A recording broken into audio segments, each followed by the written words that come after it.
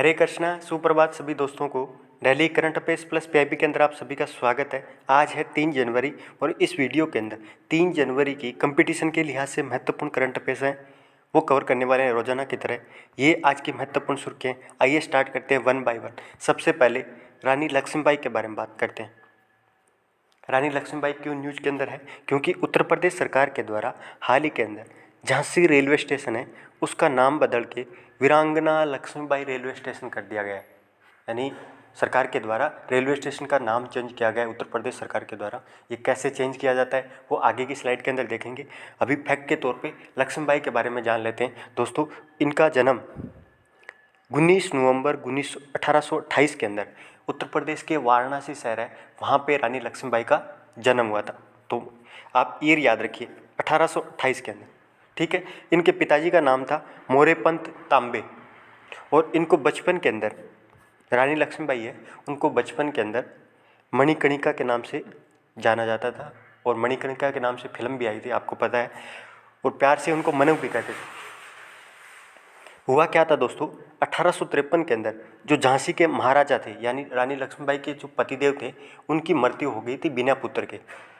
तो लॉर्ड डलहौजी जो उस टाइम ब्रिटिश भारत के गवर्नर थे, गवर्नर जनरल थे, 1848 के आसपास ये आए थे और 1856 तक जब तक विद्रोह हुआ था तब तक क्या है कि ये इससे पहले तक गवर्नर थे, भारत के गवर्नर जनरल थे ये, ठीक है। तो उनके द्वारा गोद लिए हुए पुत्र को उत्तराधिकारी मानने से इनकार कर दिया गया था और झांसी को ब्रिटिश भारत के अंदर डॉक्ट्रिन ऑफ लैप्स के अंतर्गत यानी व्यक्तिगत के सिद्धांत के आधार पे उसको ब्रिटिश कॉलोनी के रूप में झांसी को मिला लिया था। और उसी के चलते ये हमें रानी लक्ष्मीबाई एक वीरांगना स्वतंत्र सेनानी के रूप में देखने को मिली। जिस तरह का अत्याचार उनके साथ हुआ था, उनकी जो झांसी वगैरह हड़प ली थी, तो इसलिए क्या है कि फिर उन्होंने झांसी के लिए जो प्रथम विद्रोह हुआ था उस टाइम 17 जून 1858 में लास्ट में संघर्ष करते हुए ये इनकी रानी लक्ष्मीबाई की मृत्यु हो गई थी 1858 के अंदर। यानी 1828 से लेके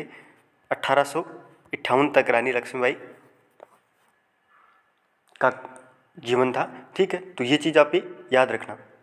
तो याद रखना आप कि रानी लक्ष्मीबाई की मृत्यु कब हुई थी, तो 1858 के अंदर हुई थी दोस्तों। अब डॉक्ट्रिन ऑफ लैप्स क्या है, ये लॉर्ड डलहौजी के द्वारा शुरू की गई थी। इसमें क्या रहता था कि जो रियासत ईस्ट इंडिया कंपनी की प्रत्यक्ष और अप्रत्यक्ष रूप से नियंत्रण के अंदर है और यदि उनके पास शासन के लिए कानूनी पुरुष उत्तराधिकारी या नहीं है, यानी उनका खुद का बच्चा नहीं है, जो राजा है उनका खुद का बच्चा नहीं है कानूनी रूप से शासन का उत्तराधिकारी के तौर पे, तो वो जो रियासत है उसको कंपनी के द्वारा कब्जा कर लिया जाता था। और इसी आधार पे लॉर्ड डलहौजी ने डॉक्ट्रिन ऑफ लैप्स के आधार पे कितनी रियासतों पे कब्जा किया था ये देख सकते हो। सबसे पहले सतारा पे, ये महाराष्ट्र के अंदर थी, 1848 के अंदर इस पे कब्जा किया था।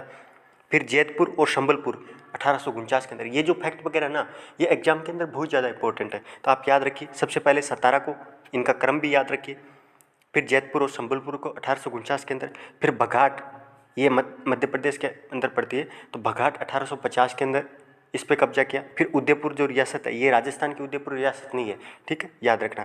तो उस पर 1852 के अंदर कब्जा किया। फिर झांसी पे जब जो रानी लक्ष्मीबाई के पति थे उनका देहांत हो गया था 1853 में और झांसी पे कब्जा कर लिया था। और लास्ट में क्या है कि नागपुर पे क्या 1854 में। तो ये 7 से 8 रियासत थी जिन पे डॉक्ट्रिन ऑफ लैप्स व्यक्तिगत के सिद्धांत के आधार पर लॉर्ड डलहौजी के द्वारा उनको कंपनी के अंदर मिला लिया था। अब आपको थोड़ा सा नाम बदलने की प्रक्रिया बताता हूँ कि कैसे रेलवे स्टेशन हो गया या कोई राज्य हो गया उसका स्टेट वगैरह का नाम चेंज किया जाता है। तो मान लो किसी भी कस्बे वगैरह हो गया, यानी अपना कोई गाँव है या कोई कस्बा है या शहर है या कोई स्टेशन है, तो उसकी नाम बदलने की जो प्रक्रिया है वो राज्य विधायिका के द्वारा साधारण बहुमत से पारित करने के बाद एक कार्यकारी आदेश की आवश्यकता पड़ती है। तो ये फैक्ट याद रखिए दोस्तों। अपना कोई गांव है, अपना कोई कस्बा है, अपना कोई स्टेशन है, ठीक, शहर है, उसका नाम बदलने के लिए राज्य विधायिका द्वारा साधारण बहुमत से पारित एक कार्यकारी आदेश की आवश्यकता पड़ती है। और यही कार्यकारी आदेश है, ये किसके पास जाता है? गृह मंत्रालय के पास में जाता है। जो केंद्र स्तर पे क्या कि जो गृह मंत्रालय रहता है उसके पास जाते हैं और उन गृह मंत्रालय के द्वारा जो इससे रिलेटेड संबंधित मंत्रालय रहते हैं, जैसे यदि स्टेशन का नाम चेंज करना हो या गांव का नाम चेंज करना हो तो रेलवे मंत्रालय के पास में जाता है, फिर डाक विभाग को जाता है, और भारतीय जो सर्वेक्षण विभाग है उनके पास भी जाता है कि इसी नाम पे जो नाम चेंज किया जा रहा है, इस नाम से पहले से कोई स्टेशन, गांव या शहर वगैरह तो नहीं है। तो उनकी जब उनके द्वारा मंजूरी मिल जाती है, रेलवे मंत्रालय, डाक विभाग हो गया, भारतीय सर्वेक्षण, तो फिर गृह मंत्रालय के द्वारा एक नोटिफिकेशन निकाल के उस गांव का, उस स्टेशन वगैरह का नाम चेंज किया जाता है। तो प्रोसेस याद रखना कि पहले क्या करना पड़ता है, राज्य विधायिका के द्वारा एक साधारण बहुमत से प्रस्ताव पारित करना पड़ता है। लेकिन यदि स्टेट का नाम चेंज करना हो, यानी किसी संसद, मान लो कोई राज्य बोलता है, जैसे अभी पश्चिम बंगाल बोल रहा है कि हमारा नाम जो पश्चिम बंगाल, वेस्ट बंगाल नहीं करके केवल बंगाल कर दिया जाए, तो इसके लिए क्या करना पड़ता है, संसद के अंदर एक राज्य का नाम बदलने के लिए संविधान में संशोधन की आवश्यकता पड़ती है। हालांकि संविधान का जो संशोधन है वो साधारण बहुमत से पारित करना पड़ता है। और ये कौन से आर्टिकल के तहत है, आर्टिकल 3 के अंतर्गत, भारतीय संविधान के आर्टिकल 3 के अंतर्गत ये बोला गया है कि संसद किसी भी राज्य का नाम चेंज कर सकती है, उसकी सीमा चेंज कर सकती है, उसके आकार में परिवर्तन कर सकती है। तो ये आर्टिकल 3 के अंतर्गत है, ये चीज़ याद रखना। और एक फैक्ट आपको बता देता हूँ कि सबसे लास्ट जो नाम चेंज किया गया है 2011 के अंदर, उड़ीसा का जो नाम था वो ओडिशा कर दिया है संसद के द्वारा। लास्ट नाम कौन सा चेंज किया गया, तो ओडिशा का नाम चेंज किया गया। पहले उड़ीसा था जिसका नाम चेंज किया, ओडिशा किया गया था, तो ये चीज़ याद रखना।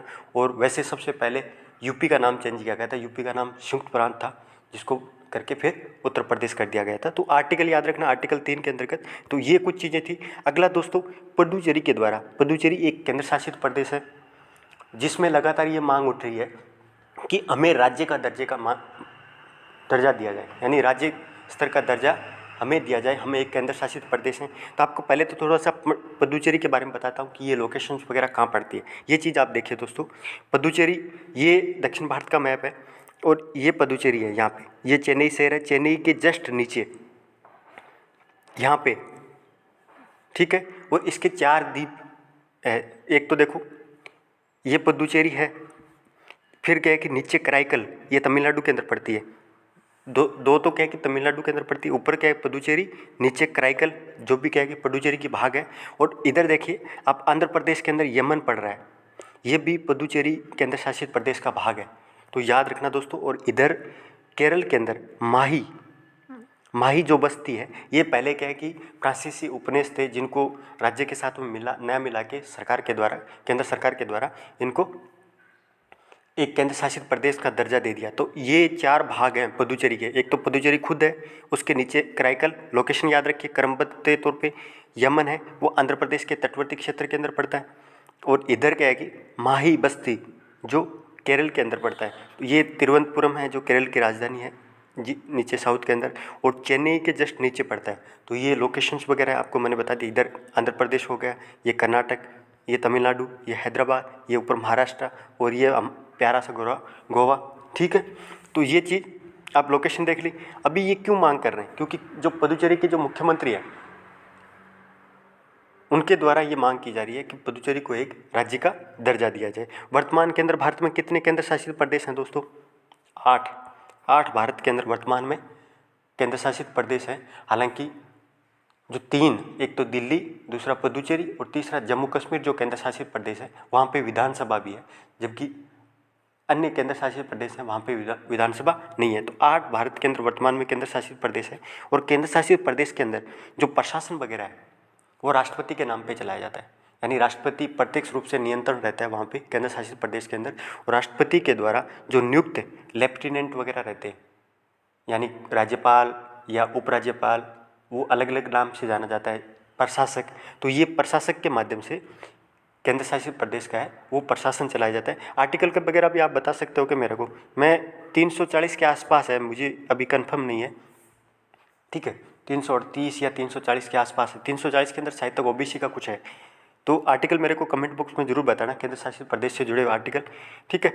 तो बैकग्राउंड ये था दोस्तों कि 1956 के अंदर, जब 1953 के अंदर जो पुनर्गठन आयोग गठित किया गया था फजल अली की अध्यक्षता के अंदर, उसके बाद उसकी सिफारिशों के आधार पर 1956 के अंदर राज्य पुनर्गठन अधिनियम पारित किया गया था। और जिसमें क्या किया था, पहले जो वर्गीकरण था, 4 वर्गीकरण था, उनमें से जो भाग सी और डी था, जो भी राज्य थे इनके अंतर्गत उनको मिला के केंद्र शासित प्रदेश की श्रेणी बनाई गई थी। मामला क्या था, जब संविधान वगैरह लागू हुआ था उस टाइम 4 श्रेणी के अंदर राज्यों को विभाजन वगैरह किया गया था, और जो सी और डी के अंदर जो राज्य थे उनको 1956 के राज्य पुनर्गठन अधिनियम के द्वारा सी और डी भाग को मिला के केंद्र शासित प्रदेश का श्रेणी का दर्जा दिया गया था। और उसी टाइम 7वां संविधान संशोधन अधिनियम 1956 के माध्यम से भारत के संविधान में संघ शासित प्रदेश की जो अवधारणा है, यानी संविधान के अंदर जो संघ शासित प्रदेश की अवधारणा कौन से अधिनियम के अंतर्गत आई थी, तो 7वें संविधान संशोधन के माध्यम से इनको 1956 में जोड़ा गया था एक केंद्र शासित प्रदेश संघ शासित प्रदेश का रूप में। ठीक है। और जो पुदुचेरी है वो 1962 तक फ्रांसीसी उपनिवेश रहा था, यानी 1962 में जाके पुदुचेरी को भारत में मिलाया गया था। तो ये चीज़ याद रखना, भारत के आज़ादी के बाद में इसको मिलाया गया था। और ये किसका औपनिवेशिक था? फ्रांसीसी औपनिवेशिक, फ्रांस के द्वारा इस पर अधिकार कर लिया गया था पुदुचेरी पे। तो ये चीज़ याद रखना। अब ये किस आधार पे जो राज्य वगैरह का दर्जा दिया जाता है, वो अनुच्छेद 2 और 3 ये दोनों आर्टिकल आप याद रखनी।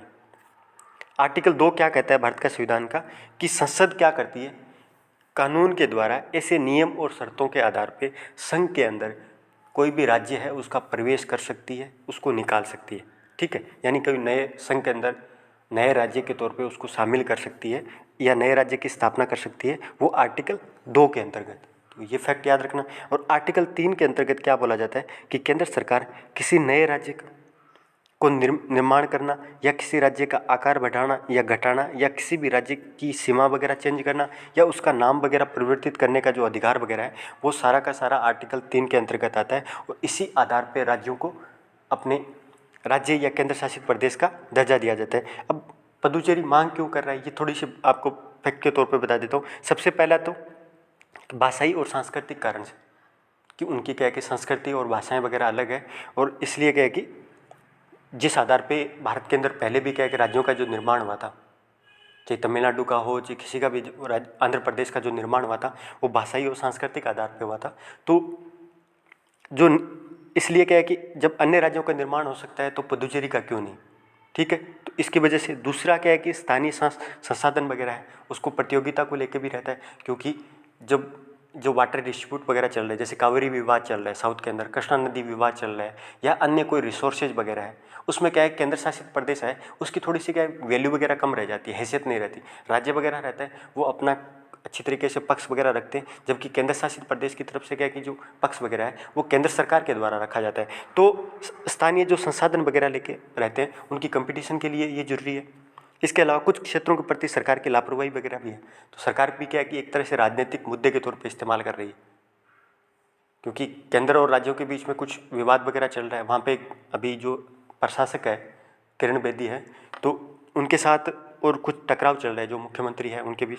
तो जनता को भी क्या है कि एक सेंटिमेंट मुद्दे, राजनीतिक मुद्दे के तौर पे ये उछाला जा रहा है कि हमें एक राज्य का दर्जा दिया जाए। इसके अलावा संसाधनों का अनुचित आवंटन, संस्कृति, भाषा, धर्म में अंतर वगैरह, रोजगार के पर्याप्त अवसर वगैरह सर्जित करने में जब अर्थव्यवस्था वगैरह विफल हो जाती है, तो इस तरह की कुछ सेंटिमेंट लोकप्रिय क्या है कि मांगे वगैरह की जाती है। तो ये इस आधार पे ये मांग वगैरह की जा रही है, आप याद रखना। तो अगला दोस्तों, जीएसटी क्षतिपूर्ति उपकर के विस्तार की मांग की जा रही है। मामला क्या है दोस्तों कि कोविड-19 की महामारी के कारण राज्यों के द्वारा अपने राजस्व को प्रभावित होने के चलते कई राज्यों ने ये मांग की है कि जीएसटी क्षतिपूर्ति उपकर व्यवस्था है उसको 5 वर्ष और बढ़ा दिया जाए।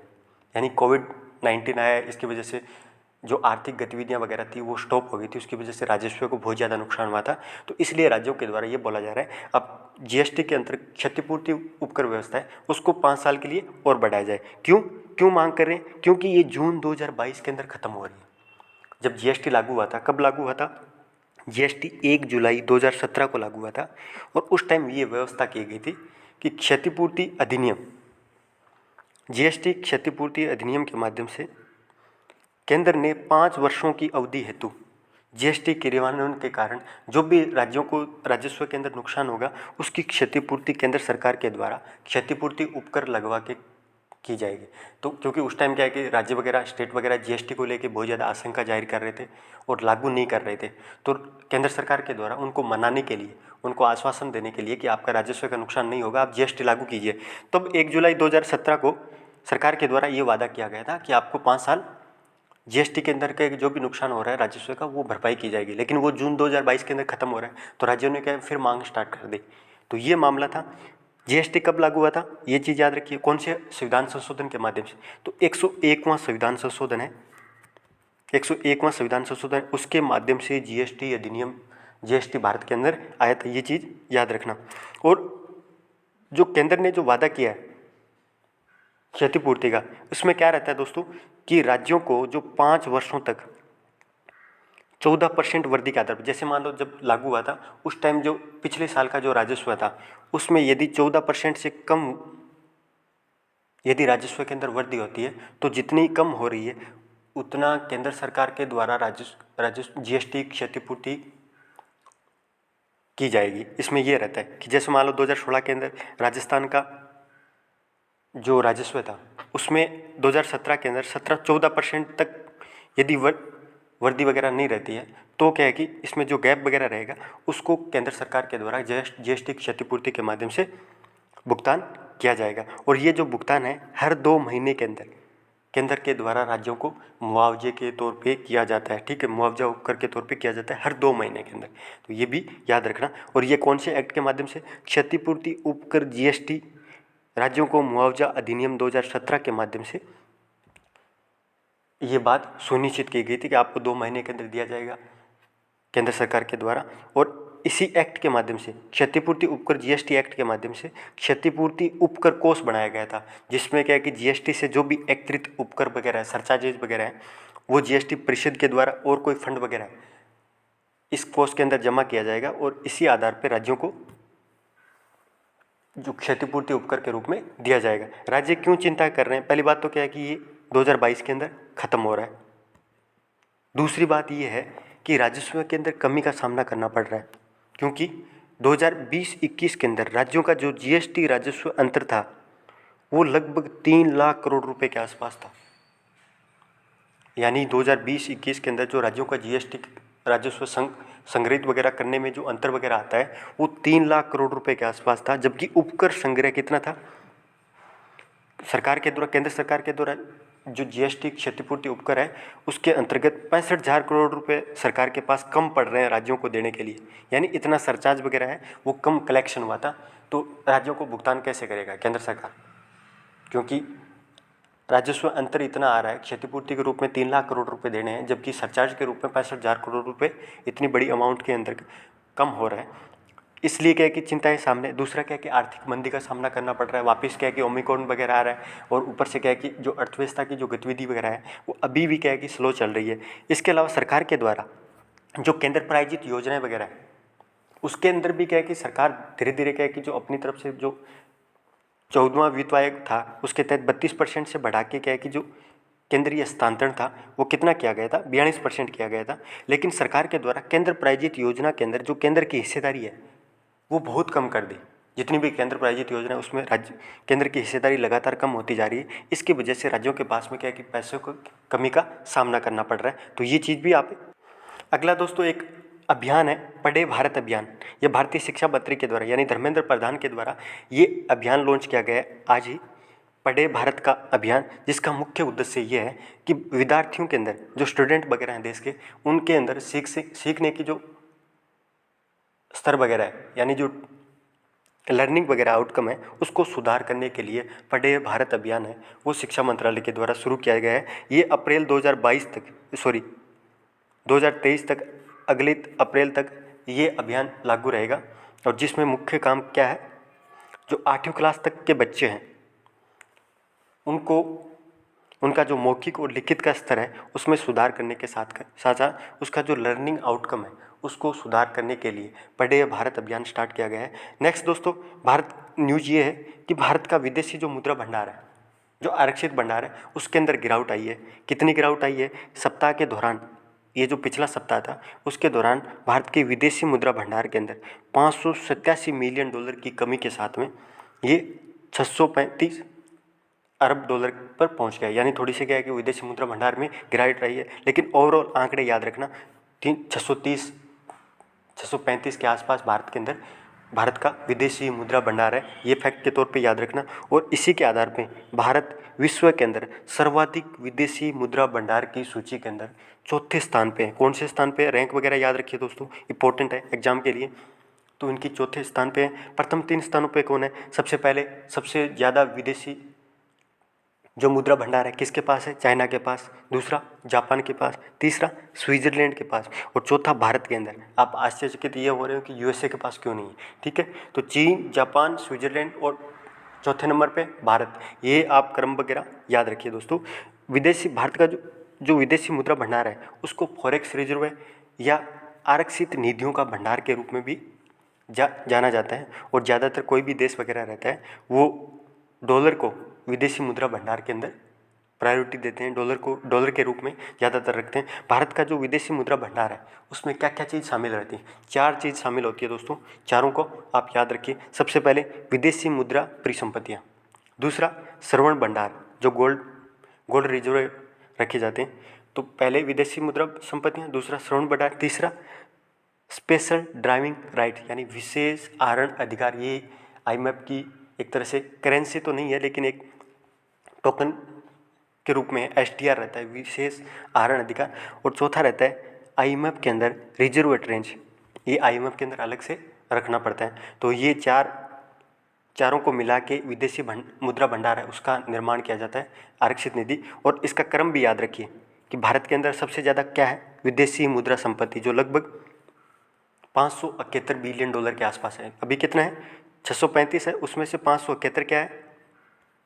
571 तो विदेशी मुद्रा संपत्ति है। तो पहले नंबर पे ये है, सेकंड नंबर पे गोल्ड रिजर्व है भारत के अंदर कितने अरब का? लगभग 40 अरब के आसपास, ठीक है।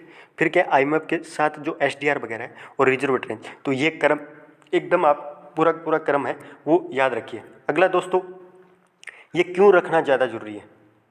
विदेशी मुद्रा भंडार है ये क्यों रखा जाता है? क्योंकि मौद्रिक और विनिमय दर है जो भारत की क्या है कि मॉनेटरी और क्या है कि जो एक्सचेंज रेट है उसको रेगुलेट करने के लिए, उसका मैनेजमेंट करने के लिए, और इसलिए आरक्षित निधि के रूप में विदेशी मुद्रा भंडार रखा जाता है। और राष्ट्रीय मुद्रा है भारत की जो रुपया है उसको समर्थन करने के लिए, उनको क्षमता वगैरह प्रदान करने के लिए। क्योंकि जब भी मान लो रुपये वगैरह ज़्यादा डॉलर के मुकाबले ज़्यादा वोलाटाइल होता है, ऊपर नीचे ज़्यादा होता है, तो आरबीआई के द्वारा मार्केट में क्या है कि एससेप के माध्यम से एक तरह से राष्ट्रीय मुद्रा का समर्थन किया जाता है। इसके अलावा विदेशी मुद्रा की तरलता बनाए रखने के लिए, एक तरह के लिए साख के लिए भी जरूरी है, लिक्विडिटी के लिए जरूरी है कि आपके पास विदेशी मुद्रा के तौर पे रहते हैं तो आप इंपोर्ट एक्सपोर्ट वगैरह है वो अच्छी तरीके से कर सकते हो। आर्थिक मोर्चे पे भुगतान संतुलन के लिए भी, जो बैलेंस ऑफ पेमेंट है उसके लिए भी बहुत ज़्यादा जरूरी है कि किसी भी देश के पास में जितनी ज़्यादा विदेशी मुद्रा वगैरह रहती है रिजर्व के अंदर, तो उतना देश क्या है कि ज़्यादा उस पर क्या है कि जो इन्वेस्टर वगैरह हैं उस पर विश्वास करते हैं। और जो जब भी क्या है कि मुश्किल सिचुएशंस आती हैं, आर्थिक मंदी वगैरह के सिचुएशंस आती है, तो उस टाइम क्या है कि वो अपने विदेशी मुद्रा भंडार है उसको उपयोग कर लेता है। ये चीज़ याद रखना। बाजार के अंदर विश्वास हो गया या रुपये वगैरह के अंदर जब भी गिरावट वगैरह आती है तो आरबीआई के द्वारा मार्केट के अंदर डॉलर को बेच के रुपये को मजबूत किया जाता है। तो ये इस तरह के कदम वगैरह किसके माध्यम से उठाए जाते हैं? जब आपके पास विदेशी मुद्रा भंडार रहता है तभी इस तरह की चीज़ें की जा सकती है। नेक्स्ट दोस्तों, वित्त मंत्री के द्वारा ये जो टॉपिक है वो कल करेंगे, क्योंकि आज थोड़ा सा मैंने ज़्यादा टाइम ले लिया है, मुझे खुद को ही नहीं पता, ठीक है। आपको इसके बारे में जरूर स्लाइड के बारे में बताऊंगा। नेक्स्ट दोस्तों, वन लाइनर करंट के तौर पे देख लेते हैं। सबसे पहले हाल ही के अंदर प्रधानमंत्री के द्वारा मेरठ के अंदर मेजर ध्यानचंद खेल विश्वविद्यालय की आधारशिला रखी है। मेजर ध्यानचंद खेल यूनिवर्सिटी, इसकी स्थापना कहाँ पे रखी गई है? मेरठ के अंदर, उत्तर प्रदेश के अंदर है। जबकि मेजर ध्यानचंद खेल स्टेडियम कहाँ पे है? वो नई दिल्ली के अंदर। अभी वहाँ पे भारत की पहली हॉकी लीग भी हुई थी, वुमेंस हॉकी लीग है, वो मेजर ध्यानचंद खेल स्टेडियम के अंदर हुई थी। जबकि विश्वविद्यालय कहाँ पे है? मेरठ के अंदर अभी स्थापना हुई। इसके अलावा रेलवे बोर्ड के द्वारा एक नया अध्यक्ष बनाया गया, किसको? विनय कुमार त्रिपाठी। जो भारतीय रेलवे है उसका एक रेलवे बोर्ड है, उसका नया अध्यक्ष कौन है? विनय कुमार त्रिपाठी। ये चीज़ भी याद रखना। भारत का अंडर 19 जो क्रिकेट टीम है उसने अंडर 19 एशिया विश्व जो कप है, एशिया देशों का जो कप है, अंडर 19 एशिया कप है, उसको जीत लिया है। किसको हराकर? श्रीलंका को। और ये कहाँ पे चल रहा था? दुबई के अंदर, यूएई संयुक्त अरब अमीरात है, वहाँ पे ये एशिया कप चल रहा था अंडर 19 और जो भारत ने जीता है। ये फैक्ट भी आप याद रखोगे। इसके अलावा प्रधानमंत्री के द्वारा हिमाचल प्रदेश के अंदर 11,000 करोड़ रुपए की सावरा कुड्डू जल विद्युत परियोजना को भी लॉन्च किया गया। सावरा कुड्डू जल विद्युत परियोजना कहाँ है? तो हिमाचल प्रदेश के अंदर। और थोड़े दिन पहले ही प्रधानमंत्री के द्वारा हिमाचल प्रदेश में रेणुका जी जो बांध परियोजना है ना, वो भी एक बहुउद्देश्य जल विद्युत परियोजना थी, जिसका भी जो उद्घाटन वगैरह है वो हिमाचल प्रदेश में किया गया था। और ये भी सावरा कुड्डू भी जल विद्युत परियोजना है, ये भी हिमाचल प्रदेश के अंदर। इसके अलावा एक और फैक्ट याद रखिए वन लाइनर के तौर पे, तो भारतीय जो तटरक्षक है, कोस्ट गार्ड है, उसका नया प्रमुख कौन है? वी.एस. पठानिया। ये आज की न्यूज़ थी। और जो कपड़ा वाले क्षेत्र की जो न्यूज़ है उसको बाद में डिस्कस करेंगे दोस्तों। मैंने थोड़ा सा टाइम ले लिया ज़्यादा, आप सभी से सॉरी। और मुझे उम्मीद है कि आपको करंट अफेयर्स मेरा पसंद आएगा। और आप सभी से गुजारिश है कि इस चैनल को ज़्यादा से ज़्यादा सपोर्ट करिए। ये नया चैनल है, इसलिए सहयोग बहुत ज़्यादा जरूरी है। धन्यवाद दोस्तों।